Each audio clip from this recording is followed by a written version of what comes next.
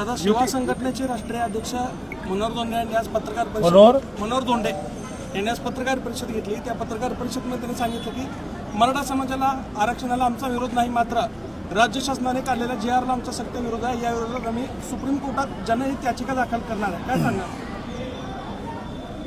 मी तुम्हाला एक गोष्ट सांगतो, तुम्हाला टीव्हीवर कॅरी करायची असेल करा। एकदा काय झालं हो आहे का गोष्ट आहे का, एकदा काय झालं की एकाला असं वाटलं की मी घोडा गिळलाय। आता तू सांगतो की घोडा कसा गिळशील, तुम्हाला गिळलाय काळा कसं एक केस पांढरा नाही असा काळा घोडा मी गिळला। हा समजवतो, तो समजवतो, तो समजवतो, तो समजवतो।